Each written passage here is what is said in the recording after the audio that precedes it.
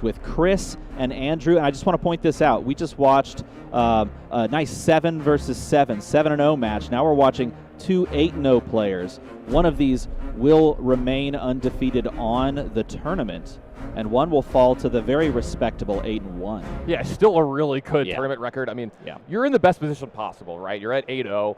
You're making that run towards the top 8. You can almost taste it. You can almost see it, but there's still a lot of work to be done. You still got to keep your eye on the prize. I got to ask, Armando, when you're in a seat like this, does it get to you? Like, does it kind of creep into your mind, or is it all the same when you sit down? Oh, I don't think anyone could tell me that they can't see the long-term implications.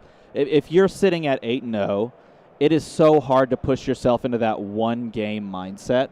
But those players that can go into that one-game mindset shrug off like an 8-1 loss, or really shrug off a 9-0 start is even probably the better thing to do, and just picture it as a game at a time. Those are the true winners. Those are the people that knock it all the way up into that top bracket.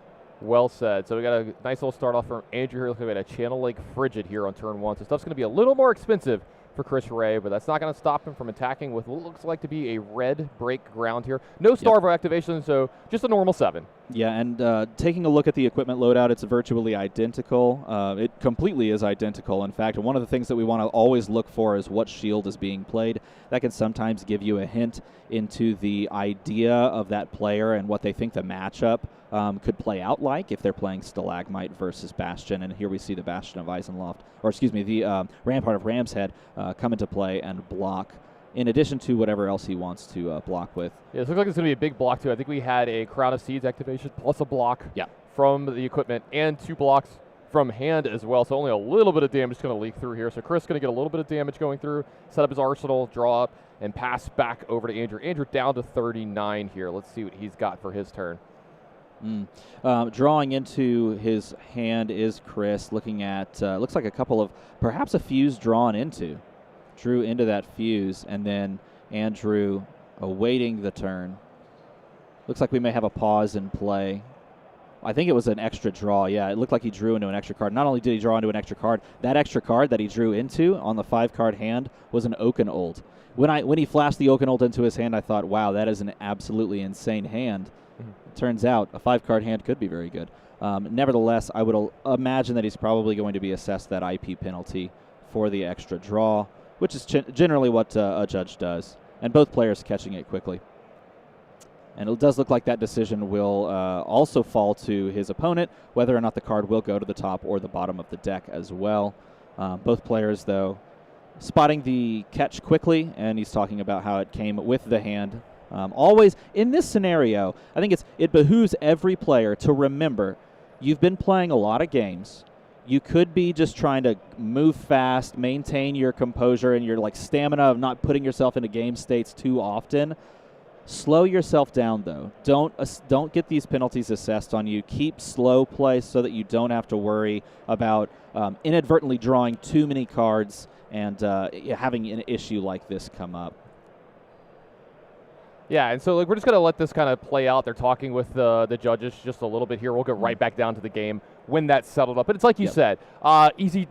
There was no intent or anything here, just an easy dexterity error. I mean, who among us hasn't tried to draw 4 cards before and kind of flip the card over? I know I've done it multiple times, something that comes along. So they're just going to iron that out, I believe. I could take a peek over here. It does look like, I think the head judge was right in the area, so he's going to walk over. Just kind of oversee this, make sure everything's done correctly. I think we even saw Chris raise his hand, be the one to call the judge over and get that taken care of, which is good on him. If that is you in that position, it is just far and away a better position to be in to call the judge, let him know, take the penalty, work your way from there, and then continue the match as you can. Yeah, now speaking of the match, now we have a Starvo mirror. Now this isn't the same as it was pre-bannings, pre-nerfs. Right. As well, and I think the big thing for me, I would let you expound on this if you want, is there's no more awakening now in the matchup, and that's a pretty big deal. It keeps both players a lot more honest as to maintaining your life total, because there were literal games where it was like, cool, I've got awakening, I'm just going to take everything you throw at me because now I just get to catch right back up.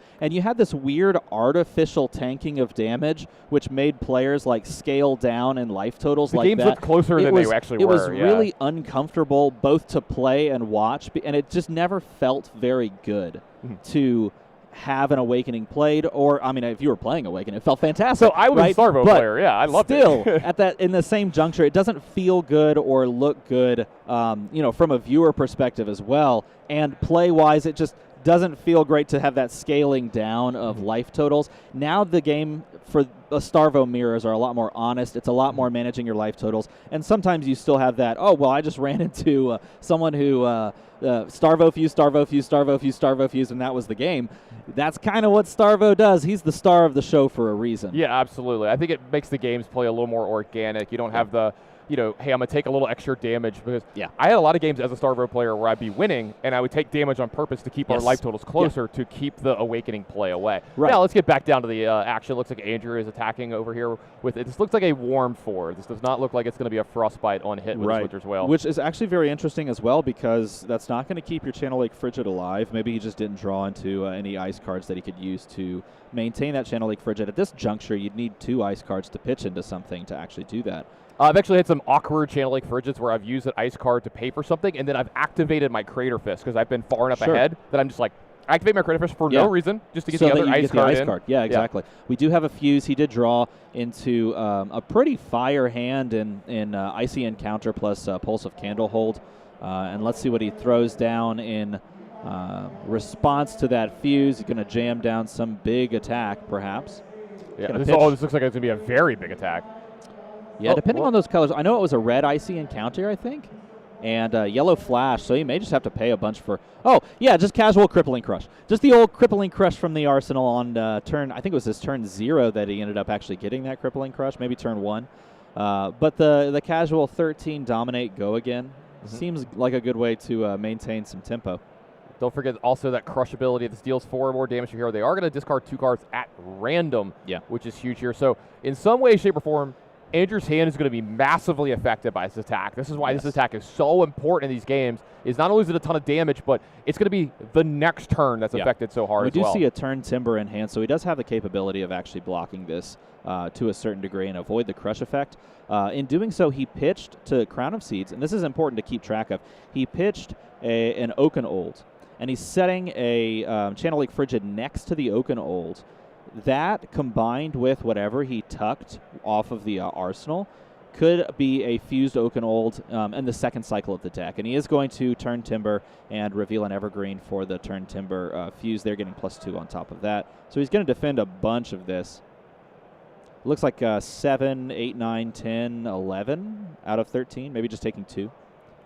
So that was a hard task put in front of Andrew here, and he was up for it. He answered that question very, very well, got a ton of that damage stopped. And you see why some people are playing in the Starvo Mirror. They have stuff like Turn Timber. Yes. And it's for these attacks right here. Yes. These are the ones where you want to, I mean, obviously you have to get like a little lucky. The spots to time them up at the right time. But these are the attacks like Crippling Crush that are so important to block more than that generic damage. Now this does, even though it doesn't deal a massive amount of damage or remove a bunch of like cards via the effect, it did effectively remove cards from hand and sort of nerf Andrew's turn to a certain degree. You see he has an Oaken Old, he has an Earth card. He could technically, like if he has resources enough, he could pitch in Winter's Wail, but instead, perhaps not even having the resources, instead he's just going to tuck, I think, the Oaken Old into Arsenal. Yeah, so that's what the effect we're talking about. You see that he doesn't even have a turn, honestly. He just gets the Arsenal and pass. We're back over to Chris with all the tempo. We use that word a lot. Here's an actual very good explanation of what tempo is in a game like this. Now Chris has all of it. He's on the front foot. He's got an Arsenal. He's got 4-card hand. He's revealing to Starvo, and this looks like a Starvo red Evergreen. Coming in for 9. Go again, Dominate. Going to get an immediate Crown of Seeds, and now he has 2 Oaken Olds stacked on the bottom of the deck. So if, in Andrew's mind, if he has the capability based on his deck construction to play Control, he could be saying, okay, what I'm going to do is I'm going to set the bottom of my deck so that on the turn, or on the second cycle of my deck, I go Fused Oaken Old into Fused Oaken Old. And he's sculpted the bottom of his deck pretty well so far to do that. And so if his thought process is in any way, shape, or form, hey, I can play Control, he might want to consider, just blocking, playing a little bit with his life total, applying counter pressure where it happens, but waiting for that second cycle so he can go Fused Oaken Old, and close a game out. Absolutely. And, seeing 5 or 6 cards a turn along with these Crown of Seeds and some of these extra cards and stuff, that's something that could possibly come up this game if they both decide to start getting really defensive. So and Chris says, you know what? If you're going to take the Evergreen, you can also have an Icy Hammer for 4. You want to take the Frostbite as well? You want to take the 4 damage as well? I'm going to try to attack your hand. Make sure you can't Starvo Fuse on me.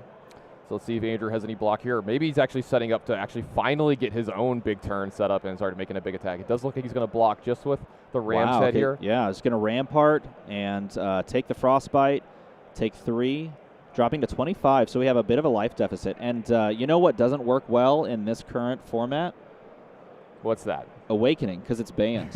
So you can't maintain the life deficit and think that you could just catch up immediately. Yeah, so back over to Andrew here. He did make an effort to keep this 4-card hand. I wonder if he's going to have a Starvo activation this turn. It does look like he has. Yep. That is why he was keeping all those cards in hand. And it was smart of Chris to sniff that out and go, okay, I'm going to push more damage, try to get more at you. I'll keep the Ice card. I'll throw the Frosty Hammer, maybe slow you down a little bit. Now let's see what attack it's going to be. It looks like we're going to have an activation of Tunic. And the card pitch that's going to be able to pay for 4 here because of the Frostbite. Yes. Looks like it's going to be an Evergreen of Andrew's own. I'm assuming this is for 9. It looks like a red Evergreen to me. It appears like it's 9, Dominate, Go again. Mm-hmm. Speaking of Tunic activations, that's one for Chris as well. That's going to set up a Prevention 1 shield, and that's going to get him that coveted 5-card hand that we talk about so much of Bravo. And he does have a turn Timber here, so he could technically play this defensively. I think he's fishing with that Tunic resource to try and get that Starvo Fuse for himself, or maybe find that like real pop of a card that just, Crippling Crush, Oakenold type thing that pushes the damage. Yeah, I'm trying to take a look at his hand here. I think he has a Starvo activation at plus that turn Timber you're saying, so maybe his hand is a little awkward where he has like no really good attacks possibly. It doesn't look like, he's got a Break Ground there. He's got a Winter's Bite, looked like a Winter's Bite. So he probably has the Fuse here. And there's a Shock Striker as well. So he has a Fuse here. And so his decision point is, do I defend this attack for 9 plus a Frosty Hammer? Do I defend that attack? Or do I take that damage, return volley with something that's kind of middling? Because as we see, the turn Timber can be used here, but to use it, you're going to have to pitch away resources, and you may just lose your activation. That's an absolutely great point, and that's what I think Chris is struggling with here. Is this is generic damage, right? We talk about generic damage is the damage you're more likely to take or take a little bit of. You want to try to save turn Timber if you can for the big attacks like we saw earlier with a Crippling Crush. The thing is, if he's been paying attention to what Andrew's been pitching, multiple Oakenolds are on the bottom of the stack. So if he doesn't use the turn Timber here, and say he wants to put it in his arsenal, it might be there for a while. It's going to be there for a long time. Or get pushed to the bottom of his deck. I think he's definitely considering just, pitching away like the Heaven's Claws or the Shock Striker. Yeah, he's going to pitch away the Shock Striker and maybe just turn Timber, fuse it, save the life total, and just throw like a middling hammer. This is the other choice. If you decide to take all that damage, you're giving away that life lead that you just sculpted, that you just created, in favor of throwing what? A 9 Dominate with like a non-Frosty Hammer, if you even can pay for the hammer. And instead it's like, okay, well, I might as well just throw the hammer, block a bunch of damage, have some life still, right? Yeah, exactly. It does look like he's going to block a tiny bit.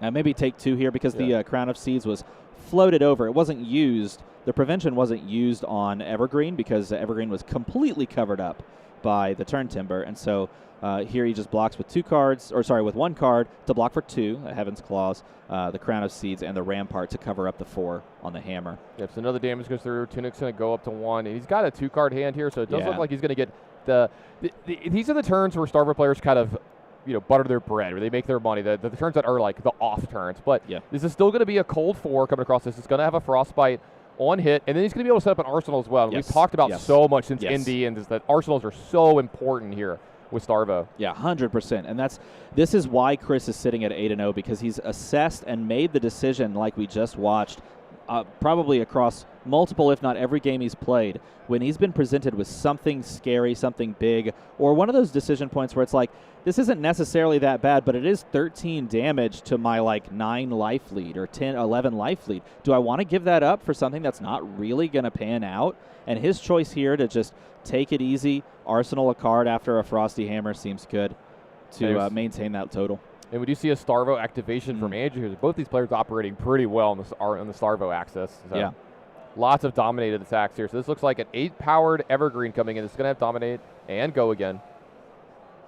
Yeah, looking like Andrew, because he's drawing into these fuses, I shouldn't call them fuses, these Starvo triggers, because he's drawing into them, he's content to like maintain tempo. And again, he always has the fallback plan of pushing to the second cycle with the Oaken ulti set early. But he's definitely in the driver's seat here, and if he can continue to push damage like this, then it's threatening like Chris's overall possibilities of clawing back in without losing a bunch of life to do so. It's a really, really good point. Now, speaking of that life, it is under jeopardy here. This Evergreen is attacking for 8. Chris has activated Crown of Seeds. So he's got a prevention of 1 floating. Let's see how he wants to make. He's considering some blocks here. Yeah, he doesn't have a fuse for the Crippling Crush. Like, if you can dominate, go again, the Crippling Crush, that's the dream, right? So decision point here is probably let's try to tuck the Crippling Crush in Arsenal and try to draw into a Starvo hand that we can then just go ham with. You could also just throw the Crippling Crush. If he decides to take the vanilla damage here, that's one of those big attacks that you can just jam out there. Yeah, this is one of the ones that, like, if you don't Starvo this attack, yeah, it's still pretty good, right? As printed, yeah, exactly. I think Crippling Crush for 11 seems like a solid play overall. It does look like he is going to take this generic damage straight to the face, so the life total is getting a little bit closer here now. It looks like we got a little more fair footing on the life total front here, so let's see how Andrew wants to follow this up. It does look like he's going to forego the hammer to get that Arsenal card, again showing the importance of Arsenaling in this matchup. That's fortuitous for Chris, if you're from Chris's perspective. If you're looking at everything he has, he's got Crippling Crush and the ability to play it, but the rest of his cards were 2 blocks. And so blocking an 8 plus then a hammer was not, feasible. Yeah, he's also not going to get to Arsenal his turn, but he does only have 2 counters on the Tunic, so a lot of stress on him to actually have an Arsenal next turn because that 3rd counter on the Tunic. That's a great point, yep. And this is still a major threat. Again, he does have the life lead, and playing this out like this is perfect to push that damage. And look, there's another copy of Pummel. I think we saw Andrew's deck earlier, and he is running multiple Pummels. I always talk about this, the effect of Pummel. Like, what's better, Pummel or the threat of Pummel? And they're both very good. Yeah. They're both very good because Pummel itself obviously is a great card when it pushes damage, gets some extra on-hit effects or whatever, but I always joke about I love pitching a Pummel early in games. Show your opponent. I have Pummel in my deck, and you can see the stress that it'll put on people for blocking later in the game. They're like, oh, wait, does he actually have the Pummel now? Yep. Especially, my favorite is when you get to pitch a yellow Pummel early, because they're like, if he's got yellow Pummel in his deck, the reds, and that's he's exactly running what a we lot see of here. them. He pitches the yellow. And, it's weird. We actually haven't seen too many players running the red Pummel. It's mostly been yellow Pummel, which is funny because the yellow Pummel gives +3, which you would think, well, that's like a weird break point because +3 is just an extra card. But if you're demanding a 3rd card from a Starvo player who only has 2 blocks, I mean, you're winning there anyway. So it's funny how yellow Pummel, which never really saw a lot of usage because it only added 3, actually just works in this matchup because when they just have 2 blocks, it doesn't even matter. That's definitely the main reason. I found that when I was playing this deck and testing it a lot and testing out the Pummels, that sometimes the red was actually a little more awkward in spots because you can't pitch it as much. Yeah, and it made my hands too awkward where I couldn't play Crippling Crush because that 1 extra or those 2 extra reds in my deck made it harder to play my big spells. Speaking of big spells, we got a Staunch Response here along with a Blink for a block to soak up a ton of that damage. So it looks like we're going to have 22 over to Andrew's side. Chris Ray still at a little bit of a lead at 29, but now it's Andrew's turn. Yeah. Does he have that Starvo activation? What's he got left over here? It doesn't look like he has a ton of cards left over, though. I think he just is content to Arsenal. I mean, he pitched away 2 of those cards. He Crown of Seeds, so he had, I think, a 5-card hand, but he pitched away 2 of those. So he's just going to set the Arsenal again so that he can Crown of Seeds again if he needs it, and that allows Chris to maintain the control of the game. And it looks like he's drawn into a couple of possible big threats, but no Starvo activation at the beginning.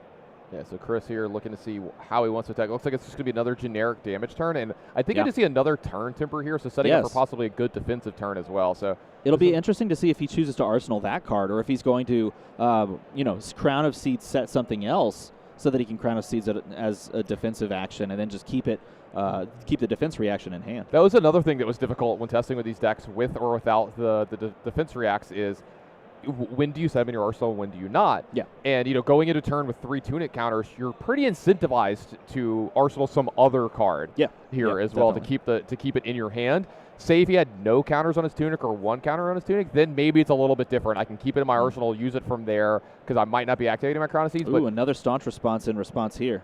Yeah, they want to be activating Crown as often as possible. You've been watching these games, especially in the mirrors. You want to churn through as much as possible and get those big turns. It looks like, I couldn't quite make it out, but it looks like he arsenaled the non-turn timber card. So that'll be interesting to see if he ends up reacting from Arsenal for some sort of a big attack, or if he's just comfortable to keep it. Does look, maybe he did Arsenal the staunch or the turn timber. It's good timing for him to have turn timber because he's going to need it this turn. That's a Starvo activation from Andrew. His next attack will be pumped up. And this is off of a 3-card hand. So Crown of Seeds allowing the 5-card hand, allowing you to sculpt for the Starvo activation, and then just pick your big attack that you're going to buff up. 9, Dominate, Go again off the Break Ground red. And he kept the Ice card so that he can pitch it for the Frosty Hammer as well. Yeah, let's see how Chris wants to handle this. It looks like he's going to pitch a Staunch Response here for resources. Wow. A bunch of resources to play a Staunch Response. Sure. So we had the triple D-React hand here. He's got the other one sitting in Arsenal as well. Just a casual turn timber, staunch response. You can kind of see a giggle from Andrew. It's like, were you ready for this turn, weren't you? That only thing better would have been if that were like Oak and Old that you responded to. It does look like, with the floating over resource, the Ram's head's going to get in, stop a little bit of damage, but he is going to get a Frostbite as well this turn. So while a lot of damage didn't get pushed from Andrew this turn, you got to feel a little happy with that turn, though, right? I mean, Chris has no turn. His turn is check to see if my tunic is ticked up. Oh, it is. Pass. That's the turn. I've got my Arsenal here already. I've got my 4 cards. It looked like he had a pretty big attack set up as well in his hand. I think I see a Crippling Crush if he's got enough to pay for it. But he's going to have to possibly get rid of this Arsenal, maybe use the turn timber here. We'll see. Tempo back over into Andrews. He's going to done a good job of. Oh boy, I see. He's got the same hand that we just saw. He's got the double defensive reaction hand. Double staunch response. Let's see what he chooses to do, because this is technically his turn to push tempo, right? Is he going to just pitch away the staunch responses and attack? He's just going to do a normal break ground. I think this allows him to Arsenal perhaps the staunch response, and which would be fantastic now that we know that Chris has another Crippling Crush in hand. It does look like the turn timber is finally going to get out of this Arsenal. You can't let a card sit in your Arsenal for multiple turns in these games. It's actually a hindrance to you quite a bit. It looks like that turn timber plus the Ram's head is going to soak up all the damage from the break ground here. It's going to allow Chris to still possibly have a pretty proactive turn here as well. Let's see. Tunic resource plus the other 2 cards means just a nice casual big old boy coming across, going for 11. Bravo is a large man. I mean, look at him. This is Crippling Crush, by the way. That's actually an artist representation of me when I have my shirt off, just so you know. I believe that. I have been hitting the gym lately. By the way, literally the moment when Bravo Showstopper becomes Starvo. Do you know that? I in didn't the know lore. that, That's actually like the moment when he is imbued with elemental power. This and is why we have you in the booth, becomes by the a way. true guardian. Yeah. So not only like when your opponent's staring down a 13 Dominate Go again Crippling Crush, you can be like, hey, don't worry, it's based on lore, and just tell them about the lore, and then they won't be mad at you anymore. Problem solved. I'm not sure that's how that works. I think I'd still be mad. I'm getting attacked for 13 with dominating. I'm going to lose my hand no matter what I do. But don't forget Go again, too. Oh, and Go you again. I forgot. Yeah. Go again. We go again.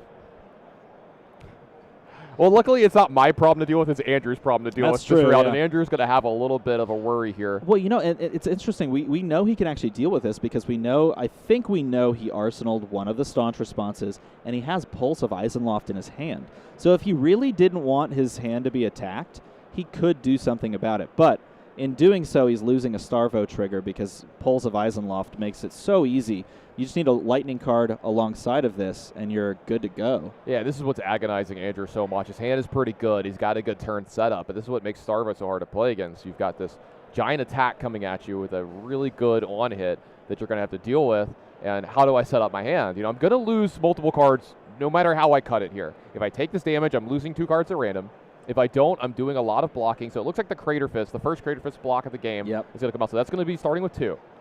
So we've got 2 here. There's possible Crown of Seeds. We've got the boots as well. We've got cards in hand. So there's a lot of ways to do this. He's got 2 defensive reactions, like you said. It looks like the one from the Arsenal's coming. So here's the staunch response.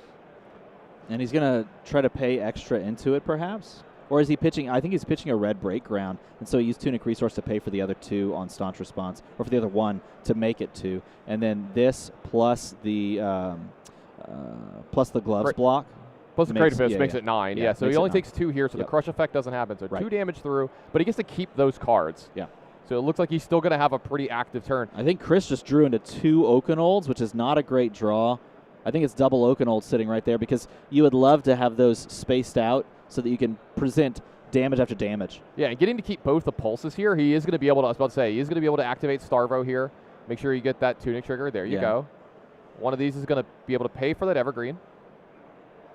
I wonder if he's going to pitch to, well, let's see. It's awkward here. You have to pitch away the pulse in order to play the Evergreen. And then if you want to follow this up, you have to get rid of your other pulse and give that possible future activation up just to attack with the hammer. So I wonder if we're going to see him just not attack with the hammer and try to line up another Starvo trigger on his next turn. That's a really great point. That's something that came up a lot in testing when we were playing this deck is what do we do with the pulses when we revealed them? Do you keep them in your hand? Do you arsenal them and arsenal them away with your Crown of Seeds? Like when do you hold on to them, when do you not? And that find out to be one of the harder things to do in these games, because at first I found myself holding my pulses to make sure I Starvoed every turn. And then as the game progressed, I actually found I didn't like it as the game went on, from early to mid to late game, that I actually wanted to churn through my deck more. Yeah. And it's interesting to see with the banning of Autumn's Touch, with that card not being playable anymore, with the numbers changing a little bit on some of the playable cards, are you more incentivized to keep one of them in your hand a little more often? You are definitely more incentivized to keep multiple of them if you can, but on that turn, as you see, he was able to, I think he actually arsenaled the other one. Yeah, this is the play that I prefer. I actually like not keeping the cards in my hand as much as possible. You think tucking it and then Crown of Seizing it away from I think it's too important. I mean, especially when you have a bunch of defensive reacts in your hand. In your deck that you're trying to draw to, and you're trying to keep that tempo going. Hey, I want to find big attacks, because that's the biggest thing. It clogs your hand up. Yeah, it can. Yeah. It definitely can. And not having a Crown of Seeds when you need it is huge. I mean, that can be a separator for finding that 1 point of damage that stops a crush effect or stops a fused Oakenold. And so I definitely see the argument. It's interesting, though, because we presented enough in that moment. We presented enough damage to take cards from hand. We know we're probably not going to see a fused trigger coming back at us, and we did see a block from one of the Oakenolds. So there could have been a moment there where Andrew thinks, okay, well, if he's just going to have like a 3-card hand and he got rid of an Oakenold, am I going to worry about a fused second Oakenold? Or maybe I can just hold on to this for the value, but he just chooses to tuck it and then Crown of Seeds here to try and line up himself.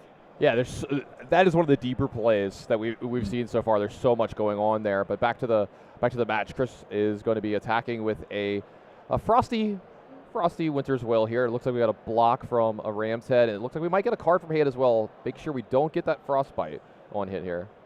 To the Staunch response as well. Yeah, and again, we see another power card pitched by Andrew. Again, if you're new to the game, when you pitch those cards at the end of your turn, you're pitching to pay resources to play something. And at the outset, you're like, oh, okay, cool, that card's gone for a while. But don't forget, the deck is going to cycle turn after turn. Eventually, you're going to see those cards come back.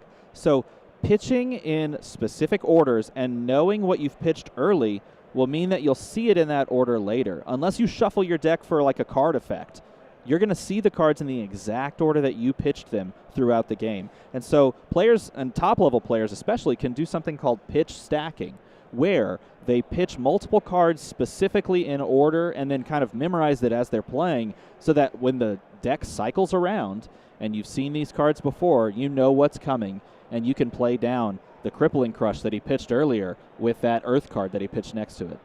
Now, Chris didn't have really a very powerful turn. You can see him kind of shaking his head here. He had to arsenal and pass pretty much. Andrew, with a lot of the tempo, only attacking with the Winter's Wail here this turn. So this is the kind of turn that Chris kind of needs to have happen, where he can maybe get some of the tempo back. But I don't think he's super happy with his hand. It looks like he's got a lot of ice cards. Yeah, double Channel Lake Frigid in hand, which is really kind of strange. I think he has no good blocks here as a problem. And no big attacks. So the fuse here, I mean, even if he has a fuse, he can't really throw it down unless it's an arsenal. I think maybe he has that Oakenold arsenaled. He's just looking for a fuse there. I did get to see that one as well, so we'll see what's going to happen on his turn.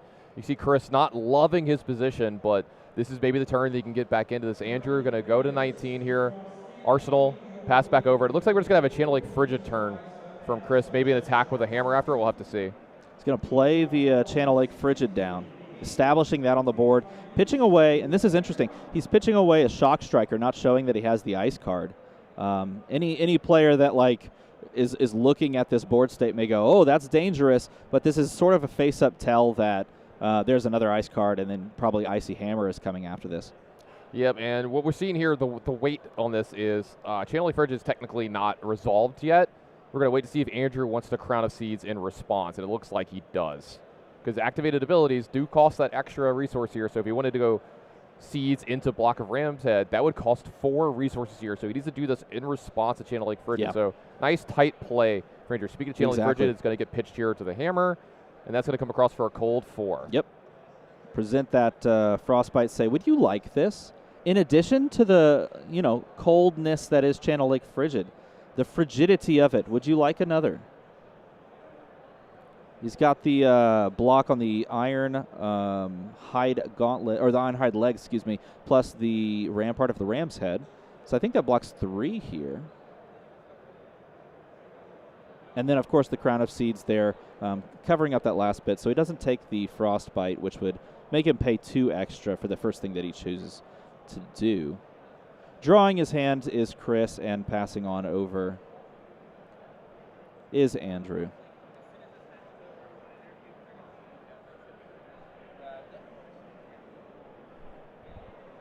Looks like we got a Starvo activation from Andrew here to click up that Tunic to 3 here. And he's got a decent attack lined up. None of the big on-hit flashy ones, but just a lot of generic damage because we're getting down to the nitty-gritty here. We got 20 to 19, and just a big old evergreen for a ton to dominate, and possibly a hammer coming behind this is enough to get anybody worried in this spot when you've only got half of your life total left. And this is that organic type of gameplay you mentioned in that outset where because neither of these players have access to that huge catch-up mechanism in Awakening, that we see these life totals much closer. The game feels a little bit more tense. Who's going to come out with that big, big attack? And this is why it's important to set the second cycle of your deck so that you can see these things come back around and you can jam down those big attacks and really take control of a game here at the end. Absolutely. This has been a great back-and-forth game. Chris had what felt like a pretty big lead, a lot of the tempo early. Andrew's been able to kind of turn that around, and Chris has been on the back foot here looking to pivot, and he's been doing a really good job as well. I mean, this has been well played by both. You can see why these players are both at 8-0 right now. Their Starvo deck. Speaking of Starvo, here we got an activation. Man, these pulses carry so much weight. They do, and they're going to come down. Let's see what giant attack comes on the back of this Starvo trigger. Is it the Oakenold? Yes, with the fuse. Fused Oakenold. Yeah, this is going to be the double fused Oakenold because of the Starvo trigger, but I think there might be a way to get a second ice card in the pitch as well, so maybe this Channel Lake Frigid stays around for a second turn here as well. I mean, at this point, you're going to mangle their hand. It's going to be absolutely broken. So whether or not the Channel Lake Frigid sticks, it's going to be like, hey, by the way, if you wanted to do something, first of all, I'm going to destroy you. But second of all, you have to pay more. So have a good time with that on your turn. It's like, what are the most what is something that's always going to happen? It's like death and taxes. You're getting you're getting both of them this Congratulations, you have both. Death, taxes, and fused Oakenolds. There you go. Those are your 3 things. And looking at the three hand, most sure things in life. And this is the worst case scenario too. I think maybe he has a turn timber though in hand, which does help. But a handful of 2 blocks against a dominated go again 13 damage fused Oakenold that if it hits it destroys your hand. That's not a good feel moment. Yeah, I think I see an Earth card in the hand as well. I think that's an Evergreen sitting next to it as well, so he's going to be able to fuse as well. That would be his 1 card from hand that he gets to block with, I think it'll still basically just take the other 2 cards from his hand. Yeah, I don't know if he can do all of it is the problem. Crown of Seeds, activation here. And then if he pitches, he's going to draw the card. He's going to see what he draws probably. The best case scenario is do this first, see what you have.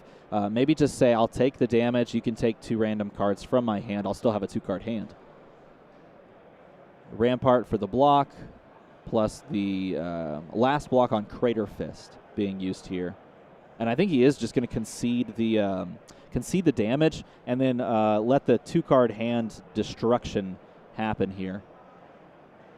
Maybe he won't. Maybe he'll choose to turn timber and basically just take the rest of the turn off on his turn. It does look like the turn timber is going to come down.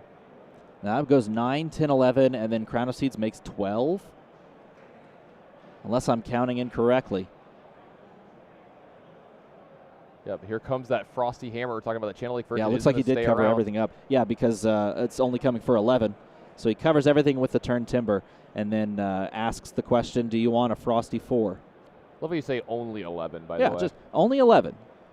Yeah, might as well go ahead and block with a card from hand here because you're not going to be able to do much on your turn with the Channeling Frigid going to 2 here. So go ahead and block, and then you get 1 card left over for Arsenal here. So this could have been disastrous for Andrew, but I think this is enough of the Mischief managed to get through just enough of this turn and to hope if Chris doesn't follow us up with another big turn, maybe you can get back into this game. That's true. Well, you have the life lead, and in that moment when they present a double fused Oakenold, it's like, okay, if I can come out of that turn with a life lead still, maybe that's a win. Even though I'm doing literally nothing on my turn because Channel Lake Frigid says, yeah, you're probably just not going to do anything.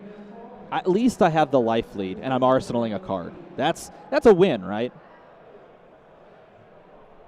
Absolutely. So drawing up and passing. He's going to give the opportunity for Chris to, on his turn, instant speed Crown of Seeds, but deciding whether or not he wants to do that then or if he wants to do it on his own turn. And he's just going to actually just straight up play it. Look at this. Lightning Surge from Arsenal, which gains go again when played from Arsenal. Attacks for 4. It's kind of fun.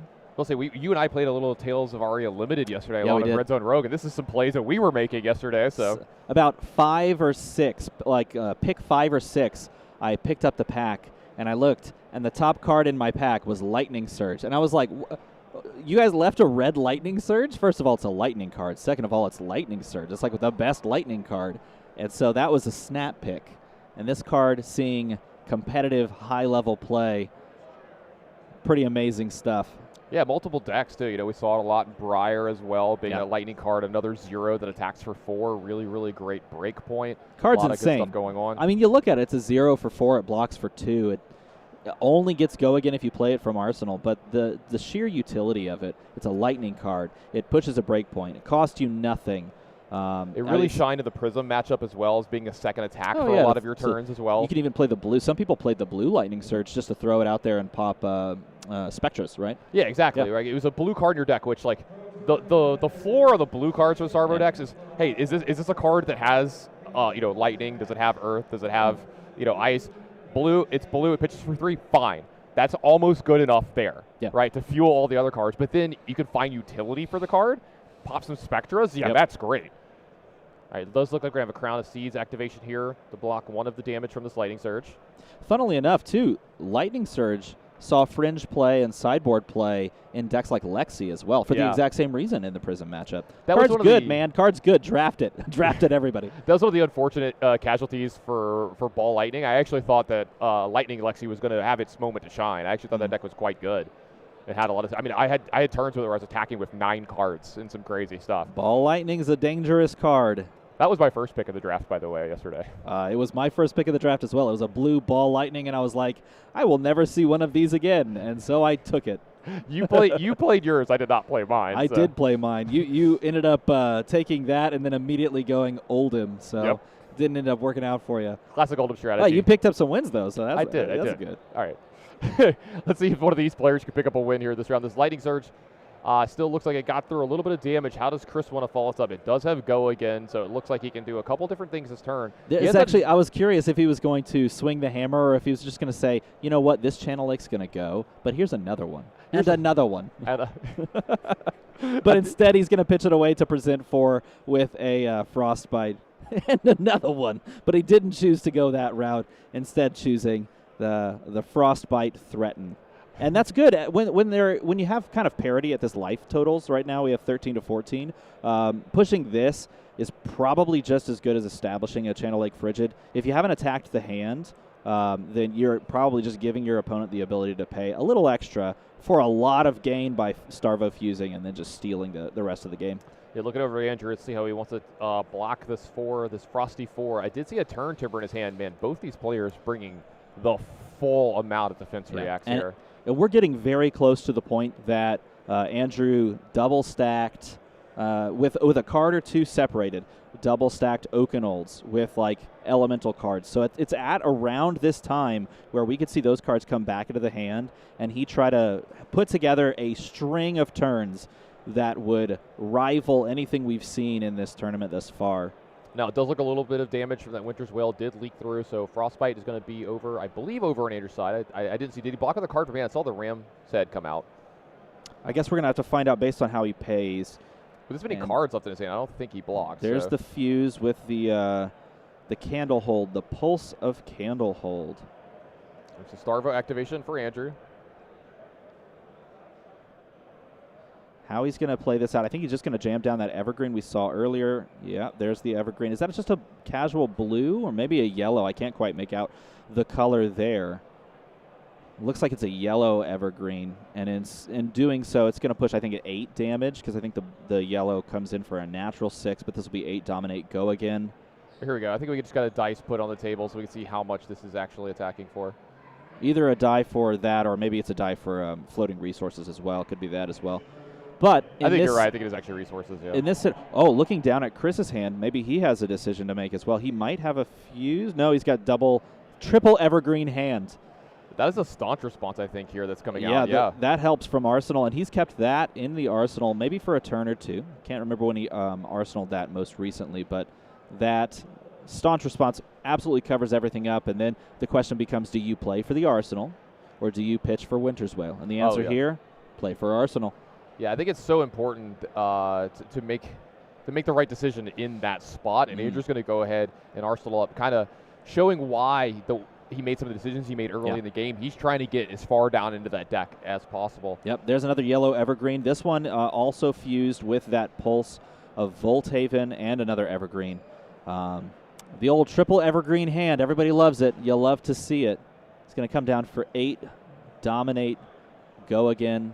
Evergreen, a card that we played maybe like a few copies of in the original Starvo list, but a card that's really carrying a lot of weight now that Autumn's Touch is not available anymore. It has to, because you lose the 3 block, and it's a big step down. That's a very big step down. It's a big step down. You lose the 3 block, and instead you get 9 2 blocks in your deck, and that is a huge difference when you can draw into Autumn's Touch and Winter's Grasp, both of which block 3, and instead of drawing into the Autumn's Touches now, you're drawing into something that blocks 2. You end up, and this is the second time on stream we've seen it happen, a triple evergreen hand, a triple 2-block hand, that can really stick you in a pinch.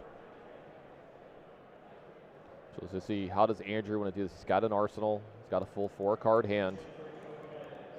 I think I see a Starvo activation in hand. I think that's a Pulse with a couple of other cards. I think he's got a Starvo activation without the Pulse, honestly. I can't. Yeah, he's got a Lightning card. He's got 2 Ice cards, perhaps. And then, is that a Tome of Harvest? I think it's a Tome, yeah. Yeah, Tome of Harvest, underratedly good card. One of my favorite cards from the set, and it just doesn't see as much play as I want it to. Here's the thing. I want Tome of Harvests to feel like the Tome that Prism can play, Tome of Divinity. It doesn't. And that makes me feel sad, because you have to lose the Arsenal, and then you basically just net gain one from hand. He took everything. Yeah, I think took all 8. Yeah, I was gonna say, I think this Evergreen just full on connected. Andrew's down to 3. If you're Chris, that's got to be a little scary. Wow. What was the plan here? Does he have something that he could just come out with? He's going to tick the Tunic to 2. He's going to show the Pulse. Sorry, show the Tome, the Winter's Bite, and then the Heaven's Claws, and then just come across with what? From Arsenal, perhaps? That does look like he might be attacking from hand. Maybe we're getting a little ahead of ourselves. I don't know. Let's see. Nevertheless, going to pitch here, jam down the Tome of Harvest. Yeah, he's playing for the cycle of the drawing extra cards, and this could be the moment where he draws into that cycle, that turn cycle.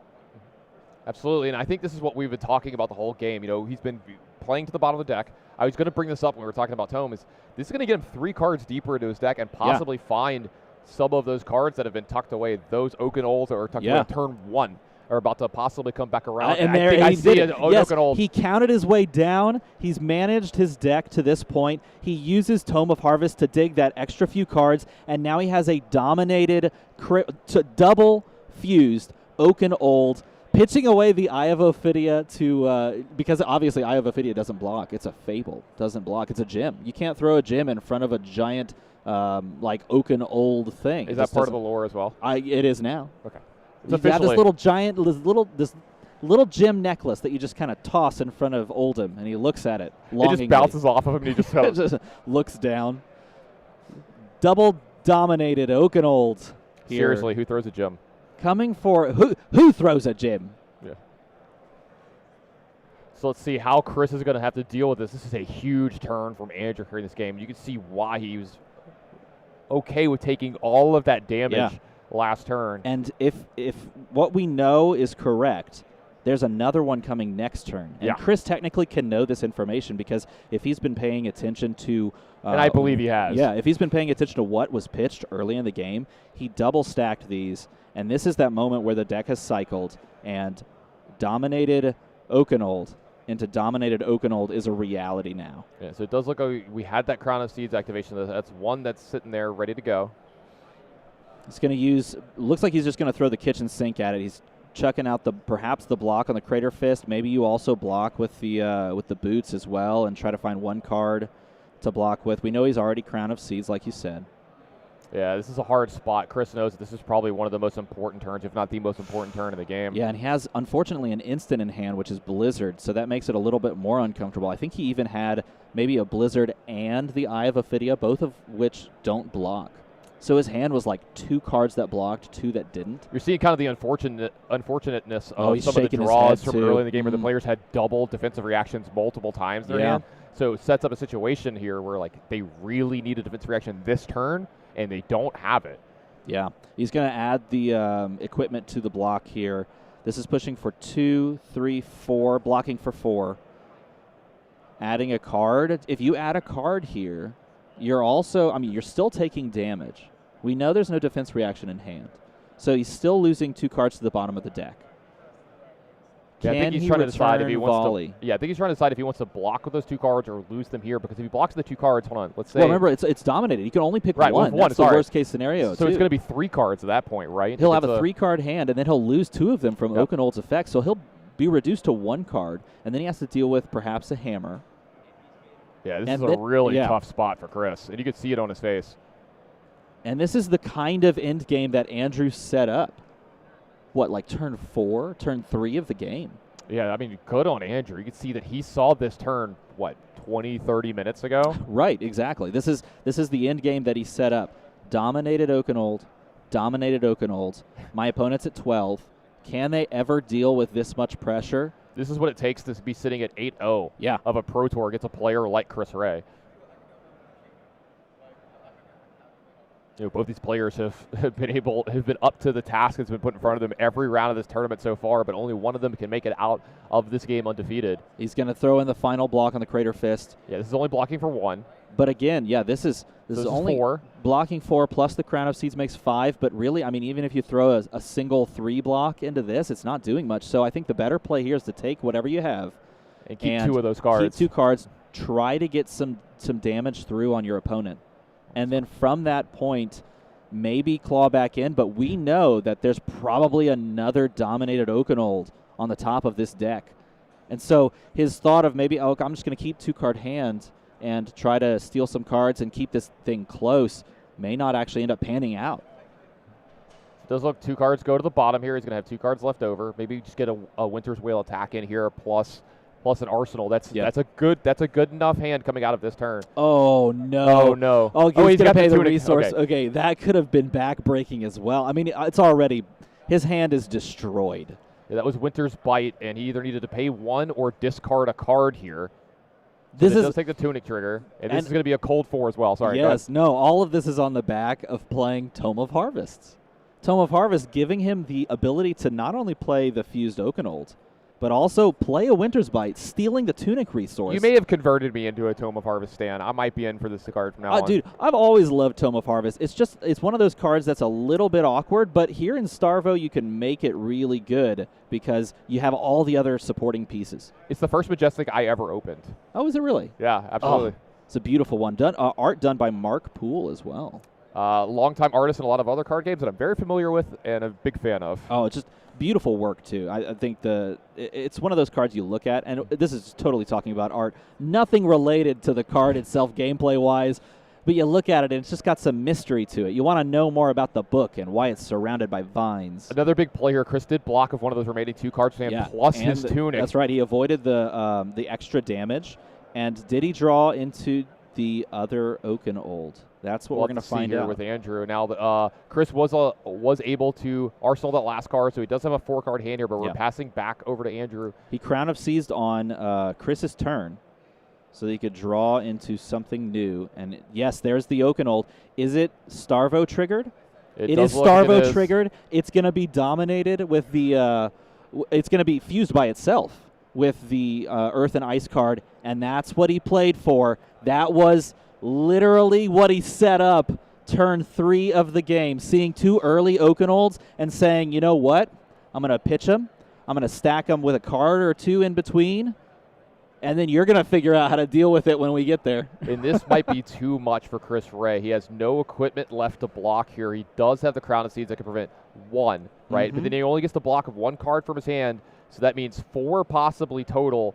So a ton more damage, 7 more damage is going to come through, and he's at 5. So if he doesn't have a defensive reaction here, this is too much. Not to even mention, this has go again, and there's more coming behind this as well. Is this the turn where Andrew moves to 9-0? He is going to Crown of Seeds here, trying to find maybe another defense reaction. I think that's what he was looking for when he looked through his... He's not going to top deck. Is it a defense reaction? Could it be a defense reaction? It doesn't look no, like it looked is. like he just drew into a Lightning Surge maybe, or a Heaven's Claws, we which were is a 2 just talking about how great that card is, and now it's here. 2 block. Well, when you're trying to block a double dominated Oakenold, yeah, he's just going to show it and shake it. That right there is the game. Picking up the win is Andrew moving to 9-0, and Chris falling to the very respectable 8-1.